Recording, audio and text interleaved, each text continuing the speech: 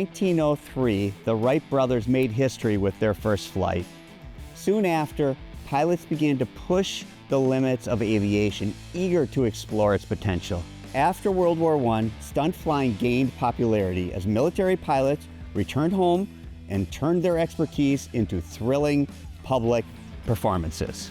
These pilots traveled town to town performing aerial shows called barnstorming, named after farmers' fields, often near barns, where they performed.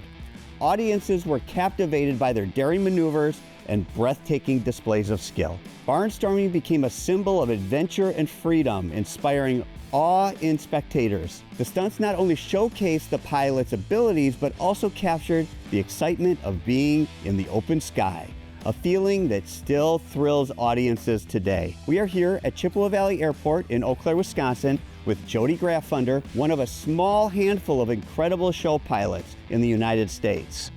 He will be showing us firsthand what seems to be impossible and share what it takes to be one of these elite pilots. My name is Patrick Rebman, your host, lifestyle and real estate expert, and today's episode is taking us to new heights. As nervous as I am, I'll be flying alongside Jodi as he takes me through his jaw-dropping routine. So come on, get ready for an adrenaline-packed adventure that will leave you on the edge of your seats.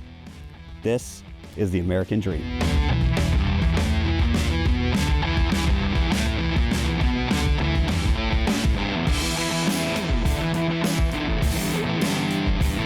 I'm with Jodi Graffunder, stunt pilot. Jodi, thanks for having us here today. I'm glad you guys made it. Good to see you. I guess to start, tell us about your journey and inspiration for becoming a stunt pilot. So I've wanted to be a pilot ever since I can remember. Didn't really have the finances to do it until much later in life, and I've been flying for about 13 years now. About 7 years ago, I purchased my first aerobatic aircraft from an ex-air show pilot with the stipulation that he would train me.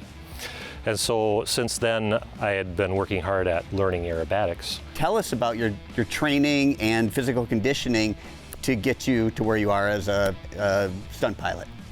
So I, as I said, had the fortune of learning from somebody who's been there, and that's the ideal way to do it. Pilots have the option of doing aerobatic competitions where they'll learn from others around them, judging them on the ground, learning from ex-air show pilots, and those are really the two main options, somebody who's been there.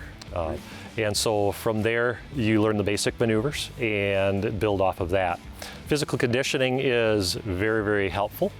Getting to handle the G's is a matter simply of going up and experiencing them. You were telling me that Chippewa Valley Airport is somewhat unique in what you call an aerobatic box? Yes. Tell me about that. I've never heard that term before. Aerobatic box is what's required if you're going to fly aerobatics close to the ground.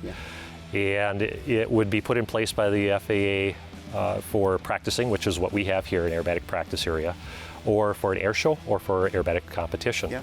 And as you saw today, I was able to fly quite close to the ground and do it legally. And that's really the ideal situation to be in when you're practicing aerobatics, because I've got the runway right below me if something happens, and you can see better where you're positioned in the box when you're closer to the ground.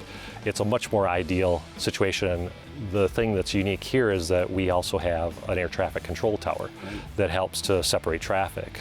Practicing out over the farm fields, you can have other airplanes show up and not realize they're there.